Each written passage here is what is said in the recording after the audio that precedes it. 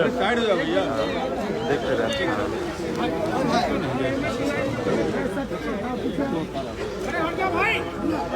छोड़ छोड़ छोड़ छोड़ सर, जी जी जी जी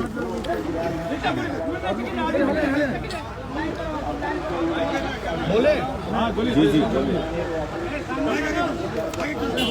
शुरू कीजिए।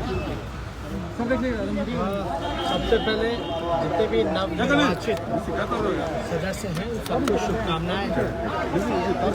और आज शपथ ग्रहण समारोह था, जिसमें कि सभी विधायक जो चुन कर उन्होंने शपथ ली है। क्या कर रहे हैं?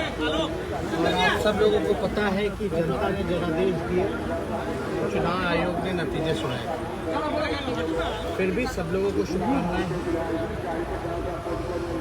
जनता ने बदलाव के लिए अपना मत दिया था, चुनाव किया था। भ्रष्टाचार को लेकर के चाहे ब्लॉक थानों में हो या मंत्रालय में हो या नीतीश कुमार जी के साथ साथ बड़े घोटाले हो, बेरोजगारी के मुद्दे पर, महंगाई के मुद्दे पर लोगों ने वोट किया। आपने देखा होगा कि अब पहले से ही कई बार हम कहते रहे हैं कि नीतीश कुमार जी जो हैं वो भीष्म पितामह हैं भ्रष्टाचार, और उन्होंने चोर दरवाजे से फिर एक बार सरकार बनाने का जो काम किया वो भी जानते हैं और देश की जनता भी जानती है कि कैसे उन्होंने सरकार बनाया। लेकिन सरकार में आने के बाद फिर भी उन्होंने वही काम किया जिसके लिए नीतीश कुमार जी माने जाते हैं। 60 बड़े घोटाले 15 साल में जो उन्होंने किया, और हम लोग लगातार आरोप लगाते रहे कि भीष्म पितामह भ्रष्टाचार के इसलिए है क्योंकि जितने भी गुनहगार हैं, भ्रष्टाचारी हैं, उनको संरक्षण देना और बचाव करना ये नीतीश कुमार जी की पुरानी फितरत है। और आप लोगों ने देखा होगा, ये कोई मेरी बात पर तो मोहर लग रहा है जब आईएएस अधिकारी लिख कर रहे हैं चिट्ठी।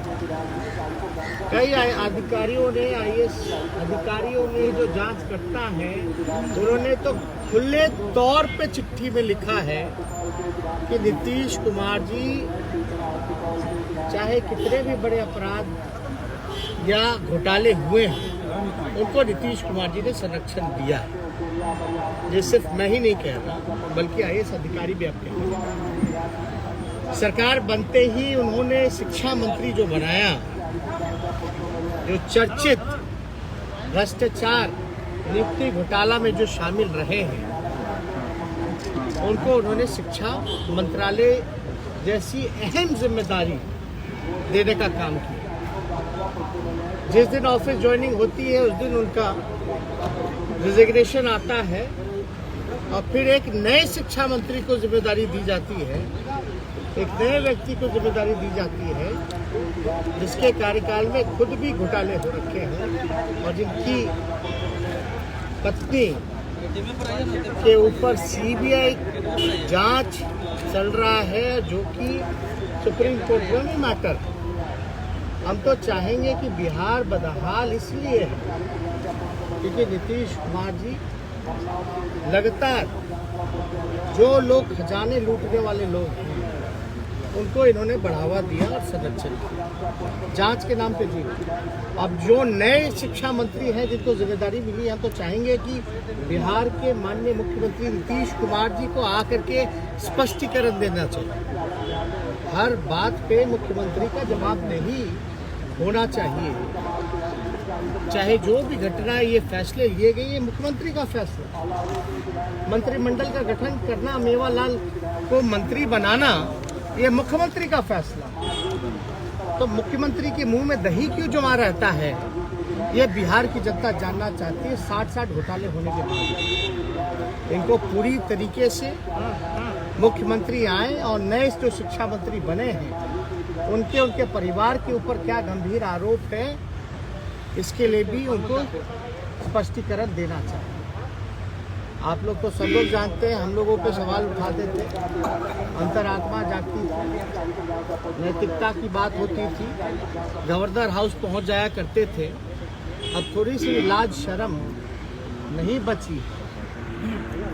जनता ने अपना जनादेश दिया, चोरी से आए तो भी तीसरे नंबर की पार्टी रह गए। और अद्भुत है, देश में ऐसा कोई पार्टी होगा जो तीसरे नंबर पे जिसका मुख्यमंत्री। यानी ये जनादेश साफ तौर पे, जो लोग कहा करते थे कि हमारे बलबूते आए हैं विधानसभा, हम नहीं रहते तो जीतते नहीं, तो अब इसका जवाब जनता को देते हैं।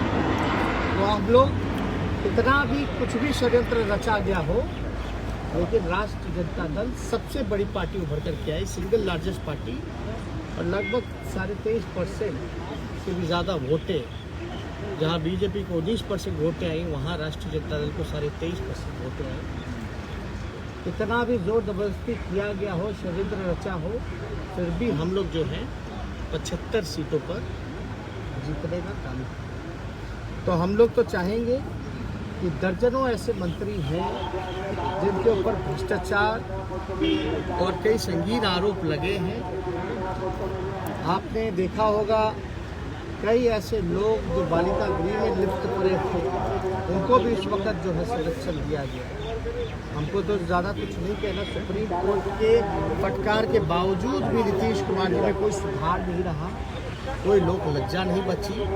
तो अब जनता जो है वो देख रही है, अब जनता जवाब। तेजस्वी जी, एक सवाल, विरोधी कह रहे हैं कि भ्रष्टाचार के आरोप पर मेवालाल चौधरी ने इस्तीफा दे दिया। जब भी ऐसा कोई मामला आता है नीतीश कुमार कार्रवाई करते हैं, लेकिन आपके ऊपर भी ऐसे ही मामले दर्ज हैं इन्हीं धाराओं में। तो क्या आप जो बतौर नेता प्रतिपक्ष है उसे वो पदभार ग्रहण करेंगे? आप एक बात बताइए, हम मंत्री कब थे, उप मुख्यमंत्री कब थे?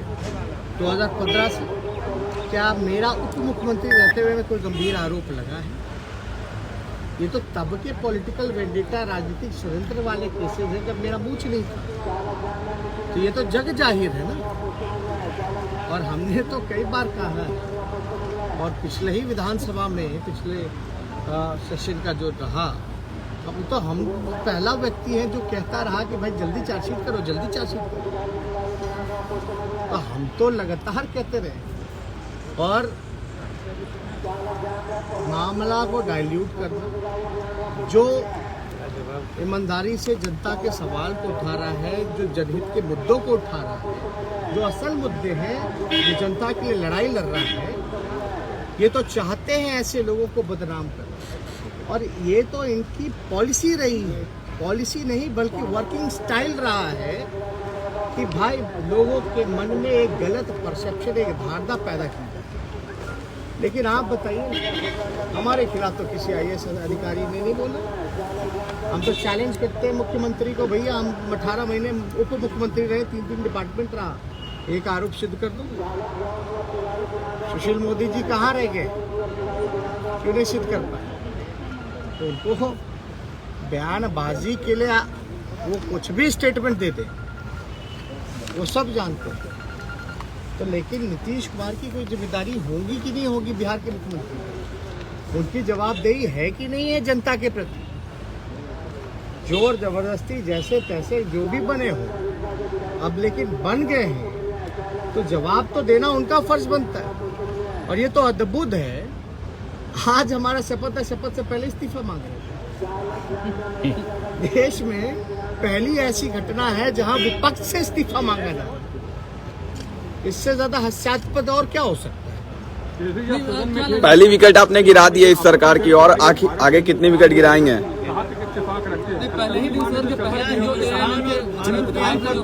हमने सरकार चोर दरवाजे से आई, पुराना इतिहास भी चोर दरवाजे का है, इस बार भी चोर दरवाजे से आई है।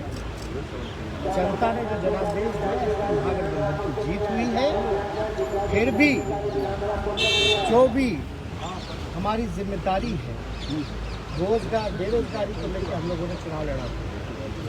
हम NDA गवर्नमेंट को, बीजेपी के और दूसरों को चैलेंज करते हैं और चुनौती देते हैं। अगर आपने एक महीने के अंदर अगर आपने 19 लाख रोजगार नहीं दिए तो जो जनता ने हमें 1.5 करोड़ से हम ज़्यादा लगभग 1 करोड़ 24 लाख के आकर 1.5 करोड़ के आसपास जो मत मिला है, उनके साथ हम लोग सड़कों पर मिले। भले ही जनता का जो जनादेश है, जिसकी उन्होंने हाईजैक करने का काम किया, लेकिन ये हम लोगों को सड़क पर आने से नहीं रोक सकते। हमारी लड़ाई, हमारी जिम्मेदारी, चाहे हम पक्ष में रहते तो हमने तो समय सीमा बताई थी कि हम पहले कलम से पहले मंत्रिमंडल की बैठक में हम जो है 10 लाख सरकारी नौकरी दें, लेकिन बीजेपी के लोगों ने ना तो तारीख ना तो समय रखा। अब जनता इंतजार नहीं करेगी। बिहार बेरोजगारी का केंद्र बना है और 1 महीने के अंदर अगर 19 लाख रोजगार अगर इन लोगों ने नहीं दिए तो जनता के साथ जन आंदोलन हम सड़क पे उतरने का काम करेंगे।